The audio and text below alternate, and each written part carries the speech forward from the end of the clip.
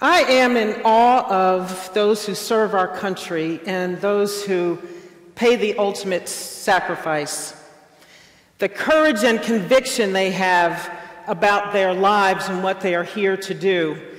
And I didn't have anything near that 15 years ago before I started this journey. Now, I had a wonderful, wonderful life. I have a wonderful husband, a great home that was my sanctuary and my happy place, a full, fulfilling spiritual life, work that I love to do, my business, investigating discrimination complaints. I excelled at that work, phenomenal friends in my life. But you know what? Underneath the surface, under the facade, there was always this part of me that felt broken and unworthy and less than. And I lived in fear a lot. And not necessarily fear of failure. I'm one of those people who's fear of success. But one day in my meditation time, early in the morning, I got this message. And when you're solid in your spiritual life and you're used to being in solitude, you can discern the voice of Spirit. You know when Spirit is talking to you. And so this morning I heard a message that I was going to write a book, and it was going to be an anthology of women's stories where they're sharing their wisdom about pivotal experiences and how it affected their lives and what they learned from that. And it was going to be a global initiative, and I was going to start a movement. And I thought, man, I know you're omnipotent, but I think you've made a mistake here, because I am not that girl. I'm not. I had all my ducks in a row. I had it all planned. I thought I knew what I was going to do. You know, I felt safe in my plan and everything. And, I just thought my spiritual antennae were crooked that morning, and I picked up somebody else's message. It's not me. It's not me. And it's not going to be me. And that was my attitude for a while. But you know what? That message would not let me go. I would be watching TV and see a young woman on TV, usually a celebrity, doing something horribly inappropriate, or I could be in my own life and see a young woman going through something, probably something that I went through in my life, or someone my age, because we learn things at different times in our lives. And I would think, where is her woman tribe? Where are the women in her life who love her and need to grab her and say, that's not you. What are you doing? Every woman needs a woman tribe. We all need our friends who gather around us and in times of trouble come to our aid. And so that message wouldn't go away from me. And so I started to, delve into this world a little bit, and I said, okay, maybe I'll try this. I'll try this thing. And so I started writing some stories of my own. I looked to some of the women in my life that I really love and admire, and I asked them to share their stories. And then I got a little bolder, started feeling it a little bit, and I would see women in documentaries on TV, and I would Google them and find their information, shoot them an email or give them a call, and doggone it, every last one of them said yes. Every last one of them. And I'm thinking, what? Are you kidding me? This thing's not supposed to work. This thing is crazy. But every last one of them said yes. And their yeses and their standing up emboldened me. And I started to feel my strength. And so I kept on going. And plus, I had had a number of experiences with that cosmic 2x4. I wasn't trying to go there again. So I played around with this. But you know what? Every time I met one of those fantastic women, they scared me to death. Because I didn't feel fantastic. I didn't think that I had what they had. And every single time somebody said yes, I would run in the opposite direction, and I would put away the project for a while. I'd get busy and make excuses. I got to deal with my baggage. I got to deal with the things in my life. I'm too busy. I'm too busy. Excuses everywhere not to do it. And then when I felt a little stronger, I'd go back to it. I'd find another woman. Every time I got a story, those women emboldened me, and they gave me a message that I should keep moving. And it's interesting how the universe conspires with us to do the things that we are called to do. Every single time you step up, the universe responds. And man, I tell you, you will be astounded at how the universe responds. And the ways that you will get messages and affirmation that you are doing the right thing. Now, one of the books that led me to New Thought and eventually to Unity was the Conversation with God book series. And there's this one passage, this one paragraph that brought me to my knees. This is book 1. And when I read this on page 58, I literally fell to my knees. And I was crying because I thought, this is the God that I always sought. And it says, so go ahead now, ask me anything. Anything, I will contrive to bring you the answer. The whole universe will I use to do this. So be on the lookout. This book is far from my only tool.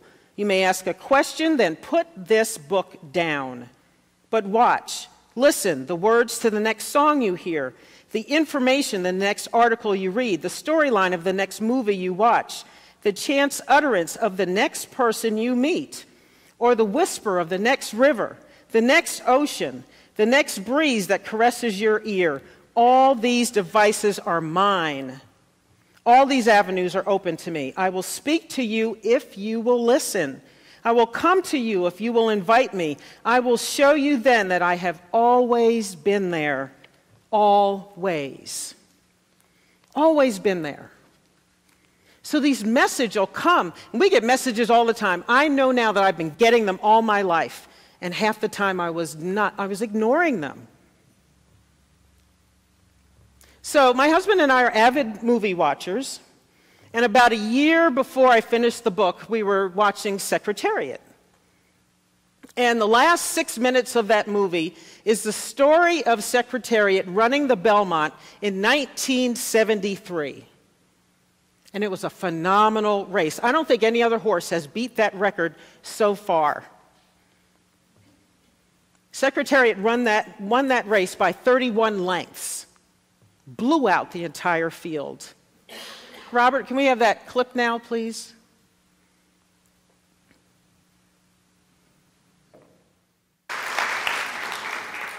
I watched that clip just about every single day for about 9 months before I finished that book.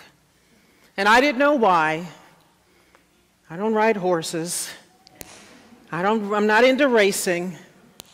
But one morning, as I was sitting in my bedroom, because I had it saved on a DVR, and after my morning meditation, I watched that movie again, I just put out a prayer to the universe, and I said, why? Why do you bring me back here every single time? And I'm telling you, when I watched that, I didn't just cry, I wept. I felt it in every single cell in my body. When that horse is running that race, every single cell in my body, every single time the hoof would hit the ground, I felt that in my soul. And I said, what is it you're trying to tell me?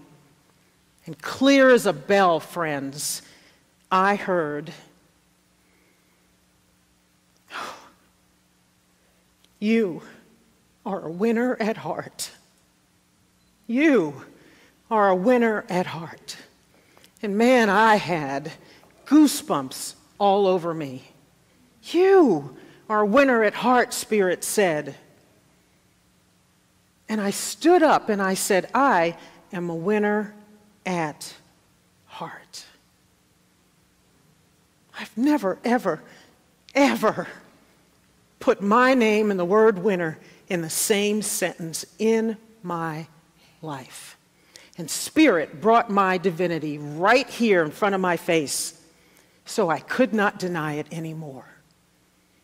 Could not deny it anymore. Do you know what that feels like, people, when all of a sudden the divinity that you are, that I am, is right here and all over you. You can feel it in your bones, and you feel it in every cell of your body. It's an astounding experience. And I could not handle the truth of who I was when I started this journey. But Spirit will bring it to you right here in front of your face. I am a winner at heart. That was just amazing to me. Amazing. But when you step out and you follow the impulses that Spirit is giving you every single day, people were being talked to every single day. Listen to it, grab it, and go. Do what you're called to do.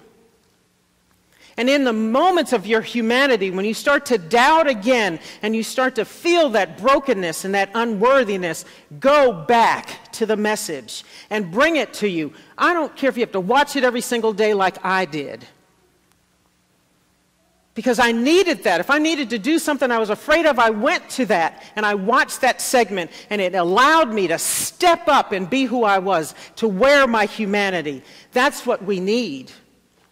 And even to the day when I finished the book, I'm sitting in my living room with my laptop on my lap, sitting on my couch, with about 3 or 4 things left to do to finish the book. Could have taken me a half an hour.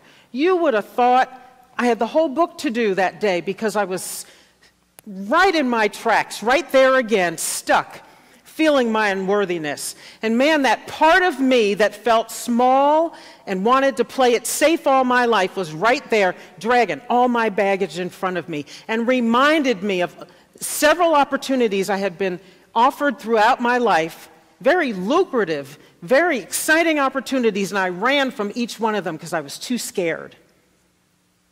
And because I felt less than.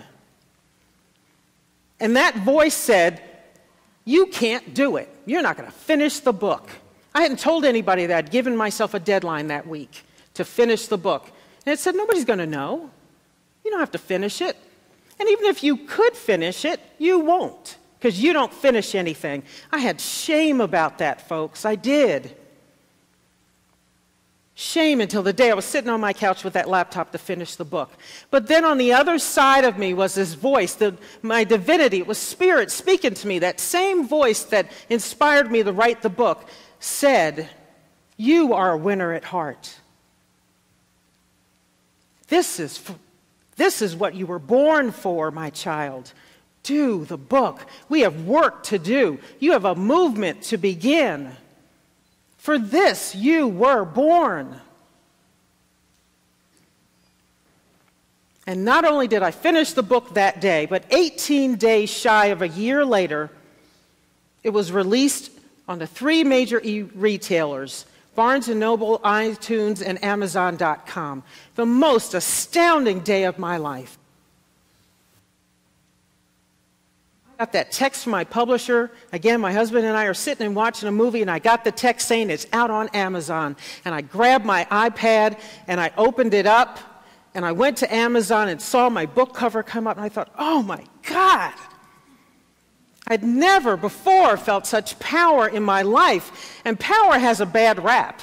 It really does. I'm not talking about the kind of power that has to tear you down because I need to build myself up. It's not that kind of power. It's not the kind of power that has to grab something from you because I want more.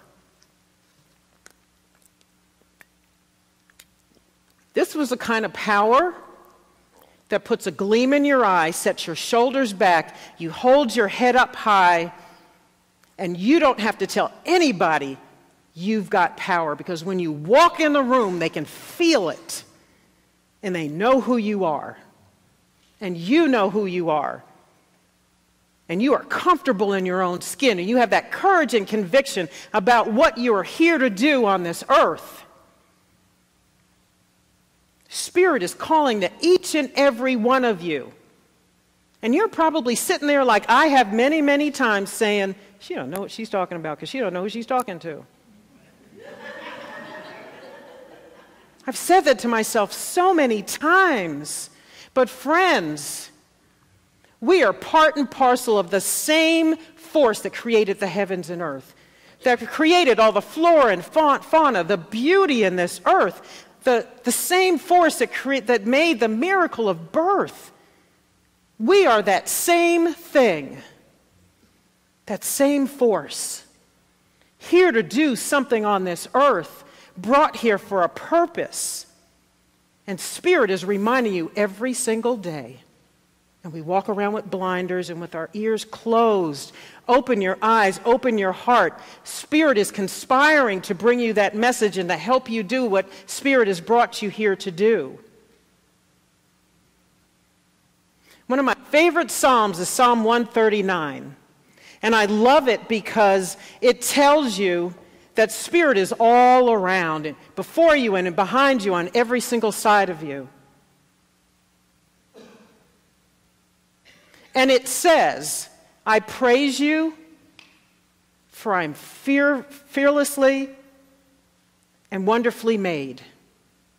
Your works are wonderful. I know that full well. I know that full well. Fearlessly and wonderfully made. That's who we are. Every last one of us. And there is no small thing in the universe. No calling is bigger or smaller than another one. So you might be inspired to, you're the one on the earth who is to inspire young people to be who they are, to be all they can be, and to wear their divinity. Maybe that's who you are. And how many times have you heard somebody who's accomplished great things say, my third grade teacher or my Bible school teacher told me I could do it, and that's why I'm here today. There is no small thing. And we each have a job to do. All of us get disturbed, because I have those conversations with people every day. We're disturbed about what's happening in the world, and we wonder how it's going to get fixed. We're here to fix it. Every one of us has a part in this grand vision, and we don't know what that part is. And I didn't get this vision with the whole thing laid out in front of me. And I don't think we ever do. You get another step. You get one more thing. You get the second thing. After you take a step, you find out the next one. And every single time you step out, people, the universe will conspire, and you'll get affirmation, and resources will pop up. Money, people, expertise, information, everything will come to you right at your fingertips to do what you have to do.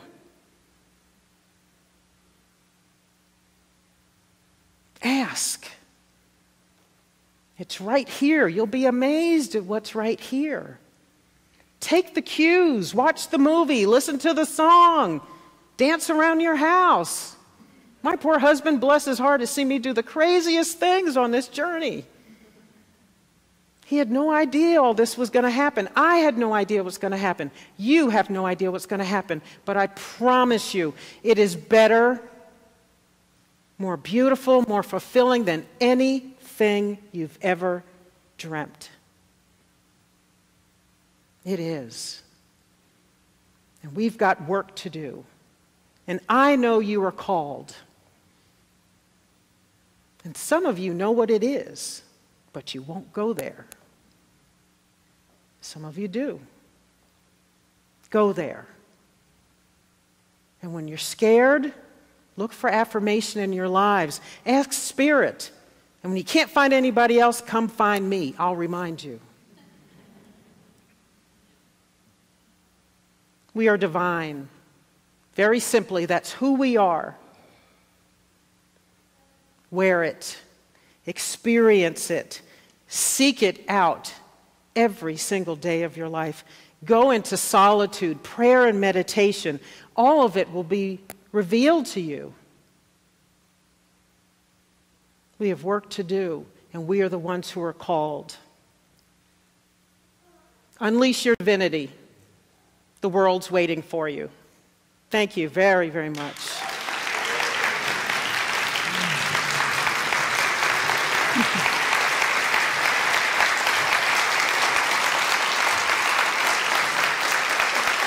Thank you very much.